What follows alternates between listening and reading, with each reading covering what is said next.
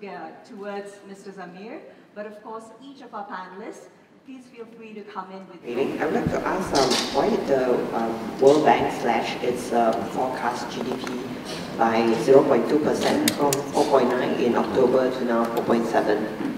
So as you know, our initial forecast was at 4.9%, and based on the presentation earlier, we revised it down to 4.7% this year. Now, it takes into account two major developments. Firstly, on lower government spending and lower government investment, given the fact there's a change in government. So the government has actually announced that it will undertake rigorous expenditure rationalization. So that's one factor why we revise our projection downwards. And secondly, the overall lower investment, both on the private side and public side as well.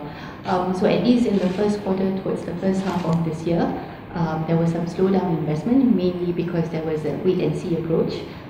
Then post-election, we did see some pickup. But again, these two factors are what is driving our revision in GDP forecast.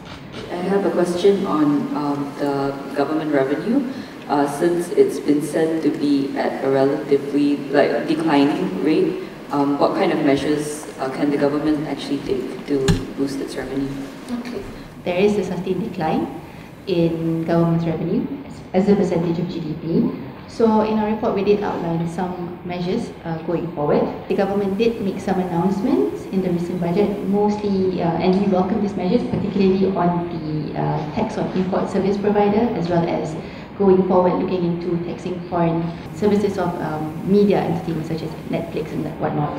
I think one of the things that we also encourage is to look at the incentives that the government, incentive mechanism that the government currently has.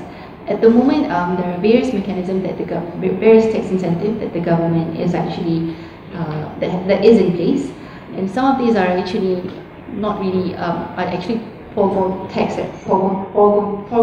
revenue. And based on our studies, 4 out of 5 firms would actually come into Malaysia regardless of these incentives as well. So these are the several key measures that we actually outline in our report, which could be beneficial for the government in terms of enhancing its revenue going forward.